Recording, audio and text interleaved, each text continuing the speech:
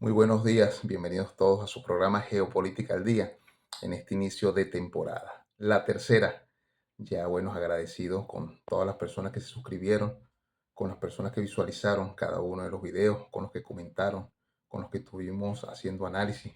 desde el punto de vista político, geopolítico. En esta tercera temporada pues no escapamos a eso, el programa no escapa a eso, a la interpretación geopolítica de todos los acontecimientos a nivel mundial. Esta temporada tiene algo especial. Ya no estamos en Venezuela, estamos en España, estamos en Cádiz y desde aquí le vamos a estar llevando todos los acontecimientos semana tras semana, noticia tras noticia, de todos los mercados mundiales, de todos los aspectos geopolíticos, de todos los acontecimientos que surjan a partir del hecho político, económico, social y cultural, tal cual como lo hicimos en las dos temporadas pasadas. Una vez más, tenemos de protagonista al de siempre, a Donald Trump. En el programa de hoy vamos a estarnos extendiendo un poco a partir del hecho arancelario. Vuelven las políticas arancelarias de Donald Trump, vuelve nuevamente el mundo a estar en default, vuelve nuevamente Donald Trump a atacar a diferentes países con respecto a este tema luego de la llamada guerra de los 12 días entre Irán e Israel que estuvimos llevando detalladamente, pues nos encontramos en esta semana algunos aspectos que tienen que ver con ello. Política arancelaria hemos titulado nuestro primer programa de esta tercera temporada. Vamos a estar analizando algunos hechos a partir de los nuevos aranceles mundiales. Vamos a estar haciendo un análisis, una interpretación de lo que ya pasó. Recordemos que en el mes de enero, febrero, marzo, ya se habían tocado temas como los aranceles, esa novela bastante extendida por parte de China y los Estados Unidos para encontrar algún, algún fin, algún objetivo claro que para que los dos hubiesen salido ilesos de este punto de vista. Vamos a estar analizando el mercado mundial, cómo despierta el mercado mundial tras una semana de altos. El Bitcoin alcanzó máximos históricos, el oro está tomando nuevamente camino, el Brent también, que son los tres máximos, dos commodities y por supuesto la criptomoneda número uno del mundo. La guerra de los 12 días, qué consecuencias trajo y por supuesto vamos a estar tocando un tema clave que es el tema de nuevos proyectos petroleros en Sudamérica más que todo. El mercado global, ¿cómo amanece el mercado global? Esto es una costumbre ya de nuestro programa. Tratamos de hacer una interpretación de los movimientos de los mercados a partir de hechos clave, a partir de algunos minerales, a partir del hecho digital como es el criptoactivo número uno del mundo, que es el Bitcoin. Los análisis que habíamos hecho anteriormente pues están cumpliendo a cabalidad. Robert Kiyosaki el año pasado conversaba acerca de este tema del BTC y decía que a diciembre tenía que llegar a $100,000. Muchos detractores de la economía digital, del criptoactivo o de la política económica de la criptomoneda en la actualidad decían que era falso, que no podía llegarse todavía a los $100,000. En diciembre tocó, y no solamente tocó, sino que sobrepasó los $100,000, ubicándose en 109,000 como un máximo histórico. A través, bueno, luego, después del 20 de enero, en cuanto a las políticas de Donald Trump, políticas arancelarias, amenazas, guerras, Ucrania-Rusia, Irán-Israel, pues condujo también a un nuevo mundo, a un mundo que ya empezaba a verse llevado desde diferentes puntos de vista al hecho macroeconómico y por supuesto a las dos grandes tendencias mundiales, como es la economía digital, como es la economía tradicional de la que tanto hemos hablado en este programa. El BTC esta semana hizo el máximo histórico que se pretendía hacer, incluso en números lo decían los analistas del año pasado, los analistas económicos, los conocedores, los analistas fundamentales, los analistas técnicos y por supuesto los analistas de mercado de instituciones bancarias, que posiblemente iba a haber un repunte del Bitcoin a partir del segundo trimestre del año 2025, lo cual lo estamos viviendo. El hito fundamental que se esperaba para los primeros 6 meses de este año 2025 eran $125,000 un Bitcoin. Hoy se está ubicando, hoy lunes 14 de julio del año 2025, se está ubicando en $122,100 un Bitcoin, lo que lo coloca como el máximo activo en este momento mundial, un máximo activo. Recordemos que Bitcoin, como lo dijimos en programas pasados, es limitado, tiene una cantidad de 21 millones de Bitcoin a nivel mundial. Es decir, que el precio para muchos aún está bastante económico, está bastante bajo, porque mientras más limitado es algún producto, pues por supuesto va a costar más. Eso de la ley de la oferta y la demanda, y por supuesto el que contenga más Bitcoin o el que contenga más posiciones en Bitcoin, pues por supuesto va a poder ponerle precio a ese Bitcoin. En un futuro, por supuesto, que hablamos nosotros y nos hacemos unas perspectivas a 10, 15, 20 años, el Bitcoin va a estar dominando a nivel mundial. Todo se va a intercambiar a partir de este hecho económico, como el criptoactivo, la economía digital. No solamente subió el Bitcoin, sino subió también el Ethereum. El Ethereum volvió a tocar los $3,000, se ubicó en $3,022 luego de todo ese hackeo que ocurrió desde Corea del Norte, quitándole bastante capital a la moneda, ¿no? Partiendo de la desconfianza que había, el hecho de la desconfianza, el hecho de la interpretación del hackeo había hecho un poco que el Ethereum bajase en algún momento, se ubicó en 1525, 1520, 1830, y de repente, bueno, esta semana, a partir de aranceles, a partir de la política, a partir de la narrativa, del discurso de Trump y de los acontecimientos geopolíticos mundiales, pues nos encontramos con que los dos criptoactivos más importantes del mundo, como es el Bitcoin y el Ethereum, están al alza. Tal cual, así como otros altcoins también empiezan a aumentar. La economía digital va tomando cada vez un camino que ya no es desierto, un camino que ya no es desconocido, sino todo lo contrario. Muchas más personas, muchas más corporaciones, muchas más entidades, muchos más países, muchos más estados-naciones, muchos más grupos de países están tomando la iniciativa del Bitcoin o la iniciativa del criptoactivo como una referencia económica. Recordemos que para muchos no es un activo refugio aún el criptoactivo, para otros economistas sí lo es, porque tiene algunas particularidades muy parecidas al oro, que es el máximo refugio a nivel mundial, el máximo activo refugio a nivel mundial, lo que protagoniza en este momento, pues, entre la economía tradicional, que es el oro, y la economía digital, que es el Bitcoin, la próxima lucha a nivel mundial. El precio del dólar, recordemos que a partir de que los activos refugios aumentan, pues por supuesto el dólar como patrón económico a nivel mundial sigue bajando, sigue cayendo, sigue disminuyendo, lo que la economía estadounidense también trata de inyectar bastantes activos a partir de la producción, a partir de la importación y por supuesto a partir de la política arancelaria, de la feroz política arancelaria que le ha propuesto Donald Trump al mundo. Una de las máximas empresas ganadoras en las últimas 2 semanas encontramos a Nvidia. Recordemos que Nvidia es una de las corporaciones de inteligencia artificial más importantes del mundo, por no decir la más importante del mundo. Compite con ciertas compañías chinas como DeepSeek, como Alibaba y otras compañías que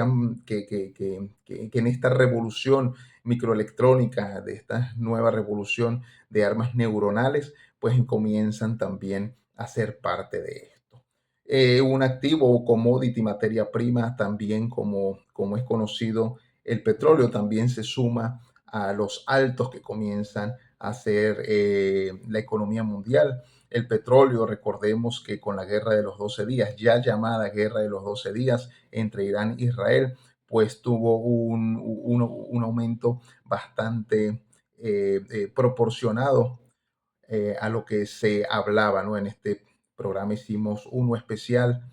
edición especial en la que analizamos las consecuencias de una posible guerra larga que ya no hubiese sobrepasado los 12 días, que hubiese sobrepasado incluso hasta llegar a la Tercera Guerra Mundial. Decíamos que el mundo no está preparado para una Tercera Guerra Mundial, La economía no está preparada para una tercera guerra mundial. El ser humano no está preparado para una tercera guerra mundial. Recordemos que vivimos en un mundo devaluado, en un mundo donde las materias primas, donde comienzan también a escasear, comienzan también a acabarse, donde hay una lucha, va a haber una lucha por el agua, va a haber una lucha por mantenerse en el poder, y por mantenerse en el poder, pues los grupos o las entidades hacen todo lo que esté en sus manos. El Brent Oil cotiza esta mañana del 14 de julio, española, 10 de la mañana, hora española, cotiza al 70,55, lo que le hace un repunte bastante significativo. Cuando se estaba terminando la guerra de los 12 días, muchos analistas petroleros, muchas entidades avisoraban que el petróleo podía terminar un ciclo hasta llegar a los $200. Otros eran más conservadores y colocaban el petróleo en 90. Muchos afirmaban que el petróleo se mantendría entre los 70 y 75, y la realidad fue que hace 15 días exactamente el petróleo comenzó a caer nuevamente, hizo un retroceso bastante significativo, ubicándose entre los 60 y $65. Y la semana pasada, a partir de políticas arancelarias, a partir de la guerra ruso-ucraniana que continúa, y por supuesto las mesas de diálogo entre muchos grupos de poder, pues el petróleo vuelve a repuntar y está ubicado en el punto que todos quieren, que todos prefieren, que es entre 70 y $72 el barril. Si baja a 65 es un muy buen precio para comprar, y por supuesto si sube a 75 pues es un muy buen precio para vender. Oferta y demanda, por supuesto que sí. Antes de julio, el primer semestre, ¿cómo termina el primer semestre a nivel global?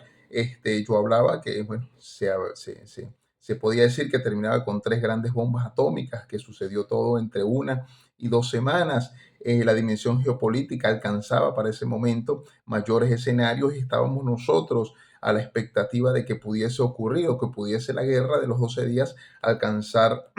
aliados que permanecieran en guerra, producto de hechos fundamentales como la apropiación de tierras, hechos fundamentales como la apropiación de minerales, hechos fundamentales como la apropiación o el poder que puede establecer un grupo de facto dentro de una zona X. El primer punto, la primera bomba atómica, fue la que soltó China y los Estados Unidos, aplicando aranceles para ambos entre 50 y 55%, y evaluando una política económica que a los dos beneficiase. Eso condujo a que la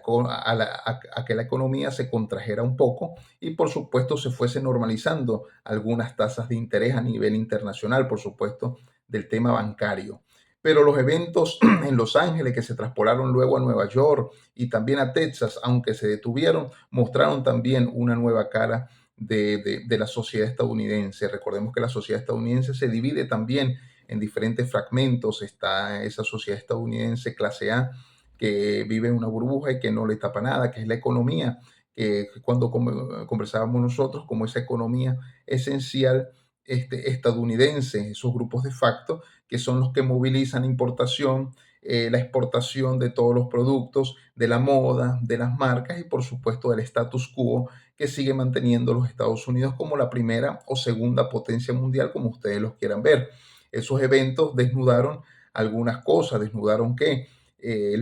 la política de la deportación también dada en este periodo presidencial de Donald Trump, pues no es tan acertada, producto que las estadísticas comienzan a arrojar números negativos en cuanto a la producción en temas como agropecuarios, en temas productivos, en temas claves que también, bueno, dejan mucho para la imaginación, ¿no?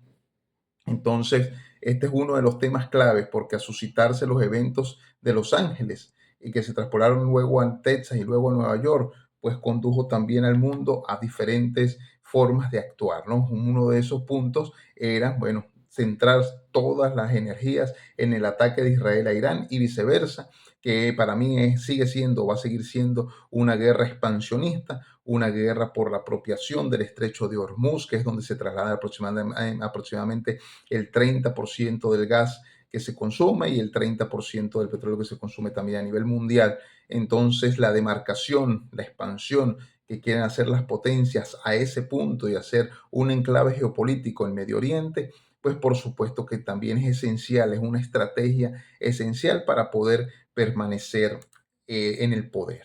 Entonces, nosotros terminábamos ese día avisorando algunas cosas que, bueno, que gracias a Dios pues no se dieron, pudieron conversar, la guerra cesó y, bueno, se empiezan a calcular los daños. Algunos hablan que Irán no utilizó ni más del 10% de todo lo que pudo haber utilizado en esta guerra. Aquí hubo un ganador, recordemos que se está nominando, o hay varias entidades que quieren nominar a Donald Trump con el Premio Nobel de la Paz. Y es que, bueno,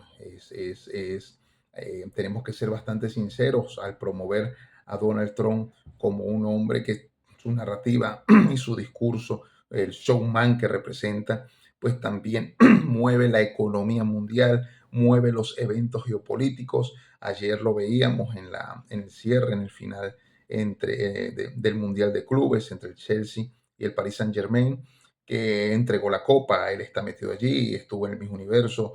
No solamente se mueve en el ámbito político, sino también en el ámbito que a él le gusta, que es el ámbito de la farándula, el ámbito del showman, el ámbito del cine. Bueno, está metido en todo y con ello pues es el personaje más importante del mundo en este momento, cuya narrativa mueve los cimientos no solamente de la economía estadounidense, sino de la economía mundial.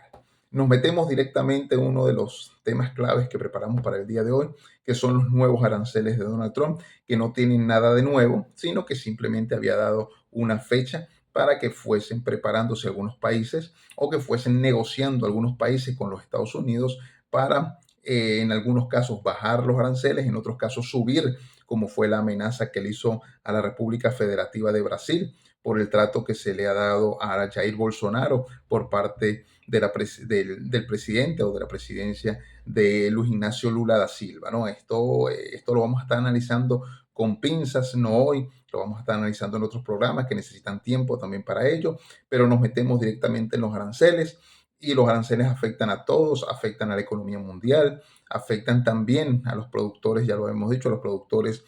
históricos dentro de los Estados Unidos y por supuesto a los aliados históricos de los Estados Unidos de Norteamérica, los que pensando en enero que iban a tener quizá algunas garantías económicas, algunas garantías de sociales y políticas por parte de Donald Trump a nivel internacional en conjunción con otros poderes o con otros grupos de países, pues se han visto también en números negativos, ¿no? Recordemos que ese 49% a Camboya, a Laos, que son países muy pobres, pues nos hace pensar muchísimas cosas de los que asesoran a Donald Trump en el tema económico, ¿no? Nos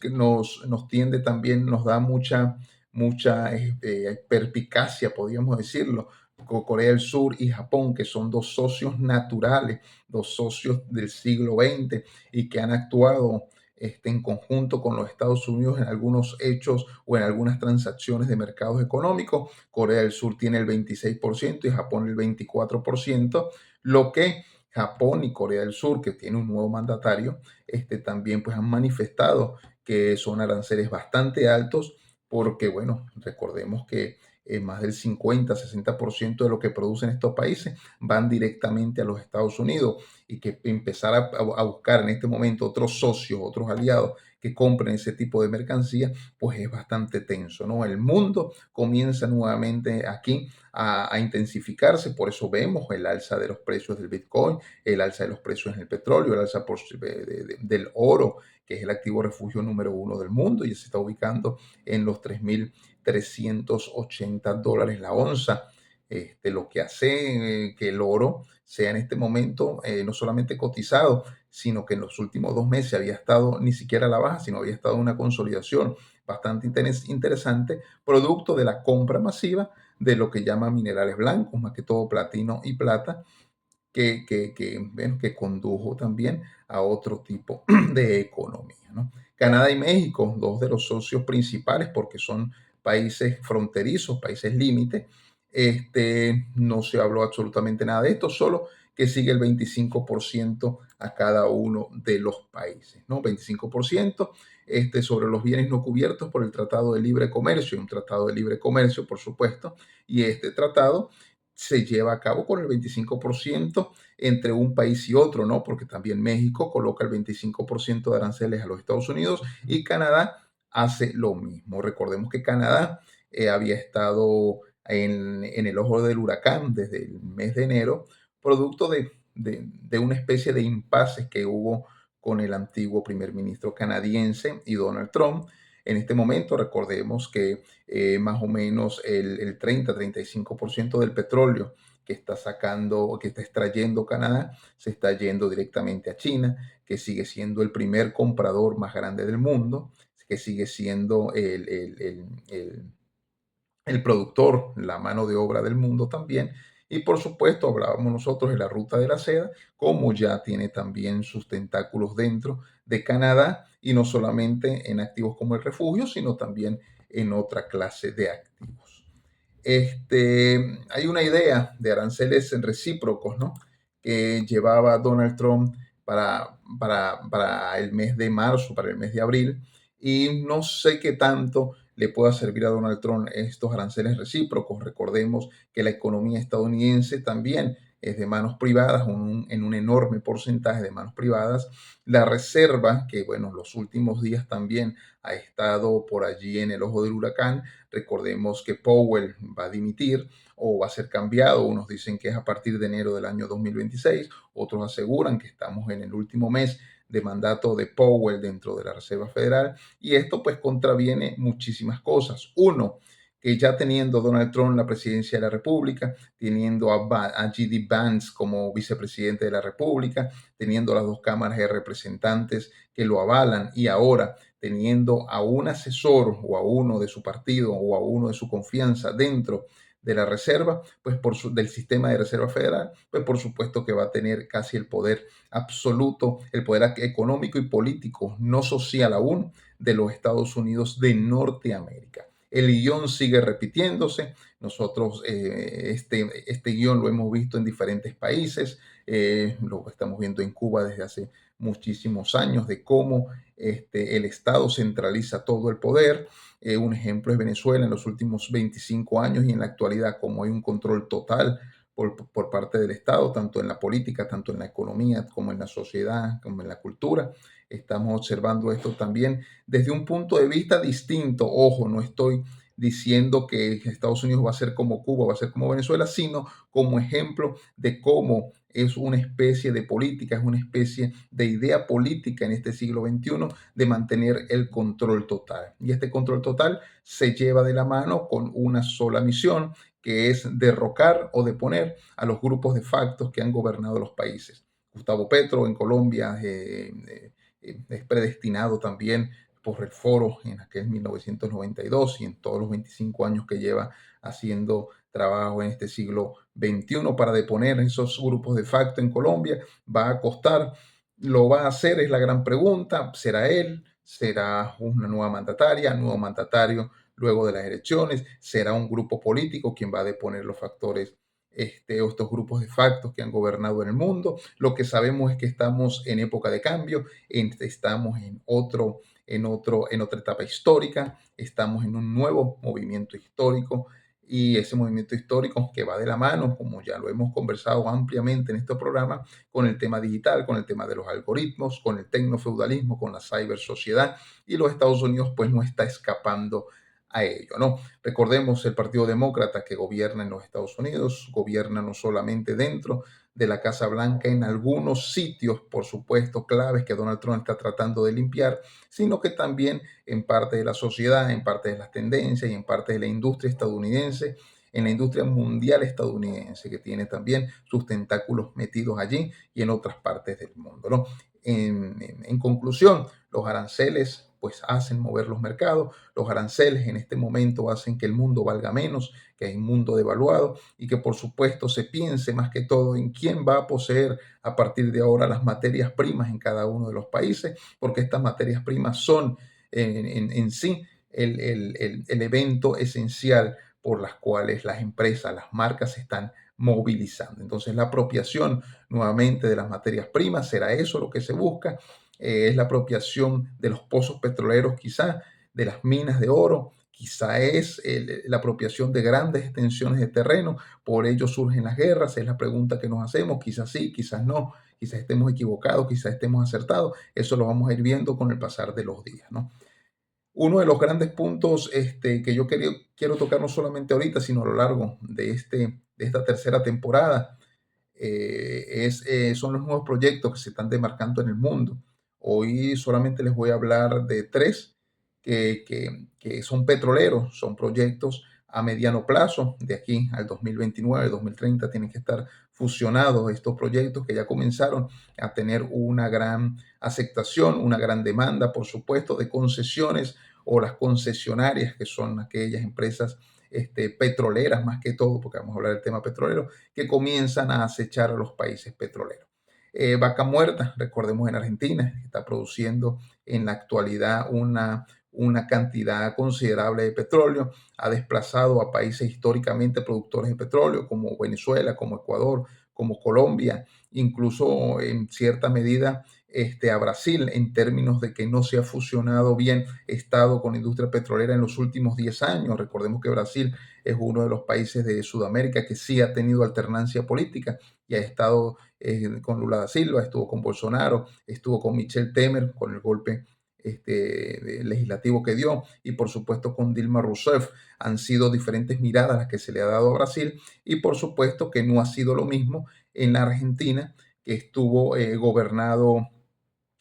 por la primera década del siglo XXI por los Kirchner, luego vino Mauricio Macri, Fernández, que poco hizo para la Argentina, y por supuesto ahora Javier Milei, Javier el Peluca Milei, que comienza a proporcionarle a Argentina ciertas dimensiones económicas, ciertos puntos positivos dentro de la economía, no quiero hablar de la sociedad, solo de la economía, que ha aumentado en un enorme porcentaje, en un porcentaje casi histórico dentro de la Argentina para lo que venía siendo Argentina, no solamente el tema económico dentro de lo que es salarios, sueldos y salarios, sino también en la producción de petróleo, no solamente al sur de la Argentina, recordemos en lo que es Bariloche y toda esta zona, donde se produce bastante petróleo, sino que ese pozo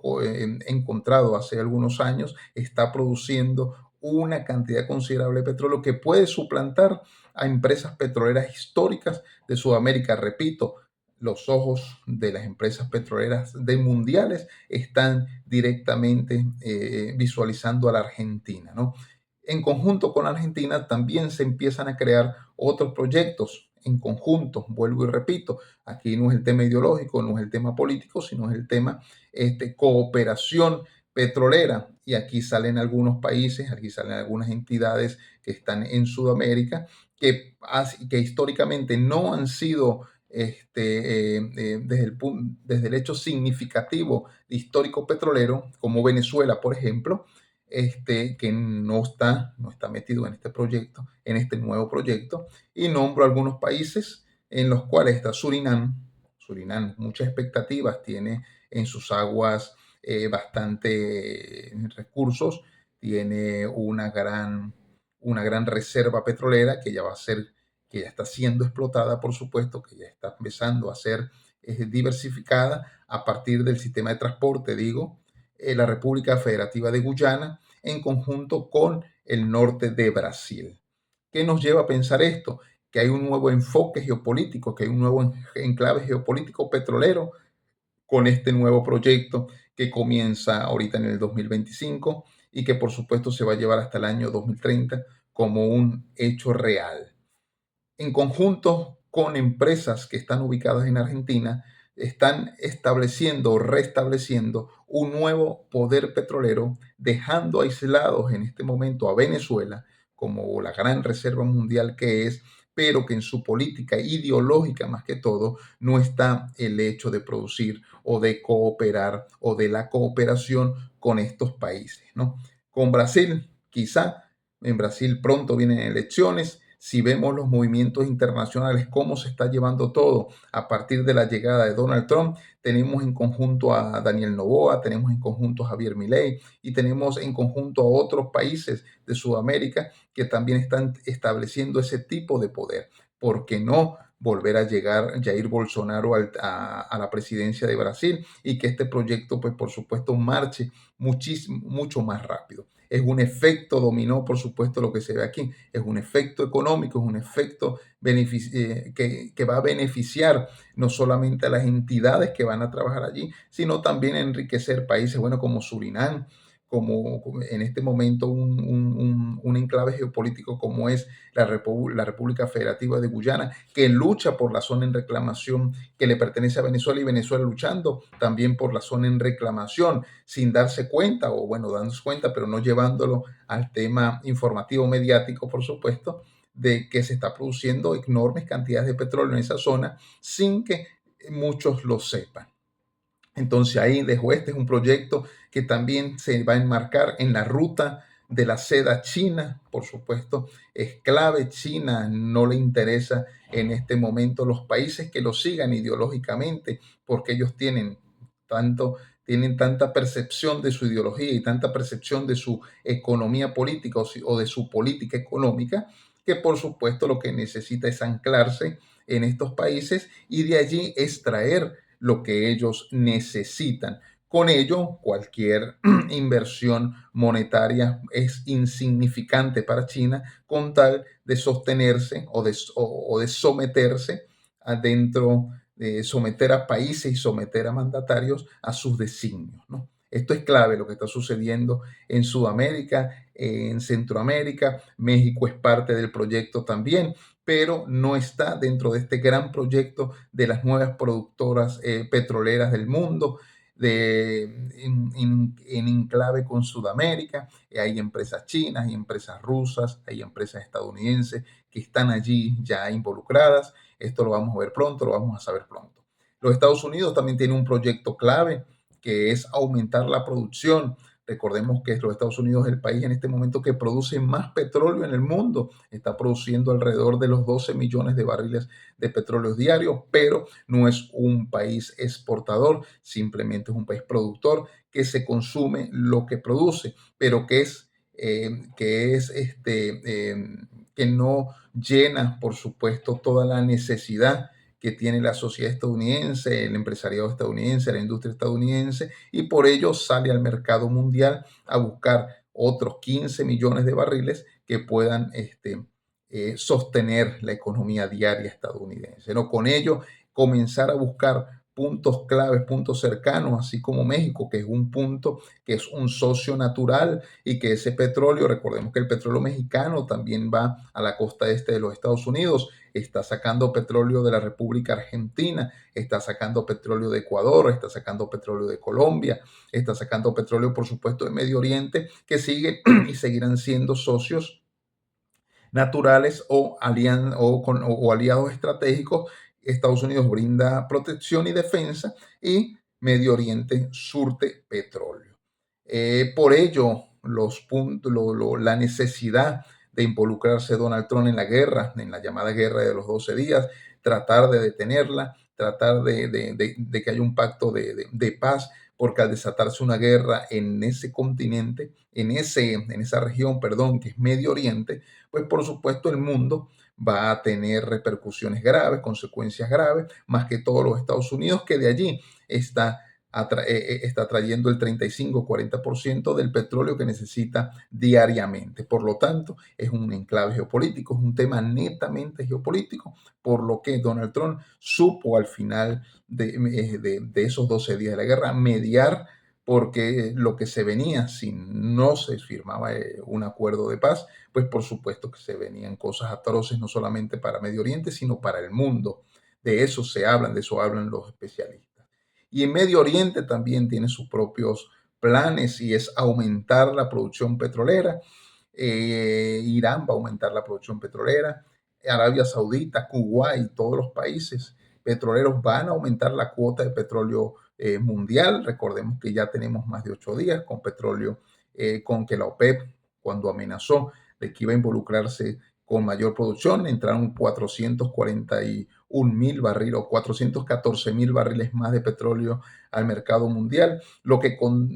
pensaron que conduciría a lo que el barril de petróleo bajase a los $65, y hubo un efecto inmediato que fue más bien la subida, producto no de la cantidad de petróleo que hay, sino producto de los aranceles y por supuesto de los movimientos geopolíticos que comienzan a darse a nivel internacional, ¿no? Bien, temas hay muchos. Recordemos que, bueno, estamos en un nuevo escenario, en un nuevo contexto. Europa, estamos en Europa, vamos a grabar desde Europa, tratando de llevar también algunos aspectos de la trama europea, desde Bruselas, de lo que se habla. 20% de aranceles para Europa terminó aplicando Donald Trump, lo que es un número, aunque menos, aunque mucho menos del que se pensaba, pues también golpea bastante a la Unión Europea, porque el 20% significa que algunos productos pues comenzarán a aumentar de precio, la gasolina más que todo comenzará a aumentar de precio, aquí el galón 1,60 lo estamos viendo en diferentes, lo que nosotros llamamos bombas de gasolina, gasolineras por supuesto, pero aquí vamos a tener un nuevo contexto para llevarles a cabo diferentes análisis, diferentes propuestas también. Vamos a tratar de hacer las entrevistas prometidas de hace algunos días en este programa. Bueno, me despido. Muchísimas gracias por ver el programa, a mis suscriptores, a mis seguidores. Aquí están las respuestas a los que preguntaban que si el programa ya no iba a salir más. Estábamos adaptándonos, estamos en verano y estamos adaptándonos también al clima, estamos adaptándonos a los 35, 36, 40 grados centígrados que hace en esta zona del mundo. Venimos de un país tropical, somos caribeños, somos venezolanos y por supuesto que el clima también pega. Así que bueno, muchísimas gracias por su atención. Nos estamos viendo hasta la próxima semana. No dejen de visitar mi canal, de suscribirse y de atender a diferentes entrevistas que nosotros vamos a realizar. Gracias. Hasta luego.